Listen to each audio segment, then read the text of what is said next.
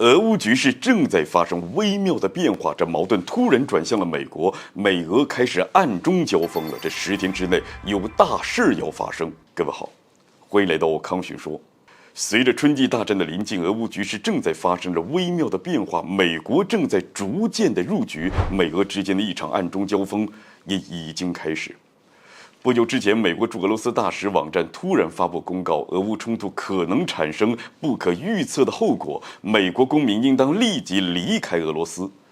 就像克里姆林宫说的那样，美国大使馆呼吁美国公民离开俄罗斯不算是什么新鲜事，但是每次出现这种呼吁，基本就可以肯定是美国得到了什么情报，局势会有着较大的改变。更何况这是美国大使馆首次使用"立即"二字，令人感觉事态是远超以往。那到底是什么风险让美国如此重视呢？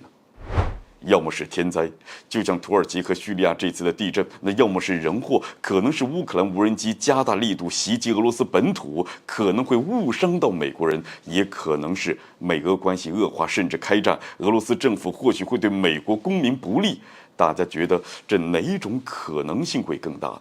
而另外一边呢，在美国呼吁撤离的时候，普京的小迷弟卡德罗夫突然是发出了豪言壮语，只要普京下令，愿意直接的开赴美国。卡德罗夫这一直都是一个快言快语的人他说这番话不仅是为了震慑警告美国，那更是显示自己的斗争精神和自信心。当然，作为普京手下的大将，卡德罗夫的态度也能在一定程度上代表着俄罗斯，所以这样的表态无异于是对美国的直接挑衅。那综合这两件事，我们就会发现，明明大战在即，为什么美国突然成了矛盾的中心？美俄开始暗中交锋了呢？乌克兰是给出了答案，10天之内纽约要有大事发生。按照乌克兰外长库列巴的说法，本月23号到24号，联合国将召开会议讨论俄乌问题，届时纽约将发生重大事件。什么重大事件呢？这不出意外的话，在俄乌冲突1周年之际，美西方对乌克兰的支援以及对俄罗斯的制裁将会出现重大升级。比如说，对乌支援方面，此前一段时间援乌战斗机的新闻已经是铺垫了很长一段时间，或许这一次美国就要带头触碰战机红线，满足泽连斯基的愿望，宣布为乌克兰提供 F-16战斗机。再比如，对俄罗斯的制裁也可能加码。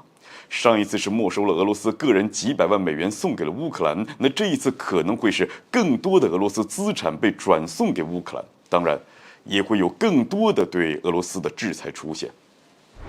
反正按照库列巴透露的信息，这次的重大事件涉及到很多领域，包括对乌支援、对俄制裁、团结西方等等，而这一切都是为了一个目标服务，那就是让乌克兰取得胜利。如果库列巴的话属实，那美俄之间的暗中交锋就可以理解了。美国知道自己接下来的动作会引起俄罗斯的强烈不满，甚至是报复，因此呼吁在俄罗斯境内的美国公民立即离开。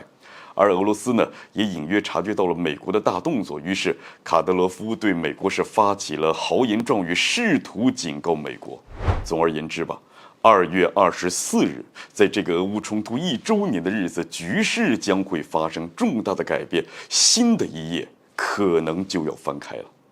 好的，本期节目就进行到这儿，欢迎点赞、转发，留下您的精彩评论。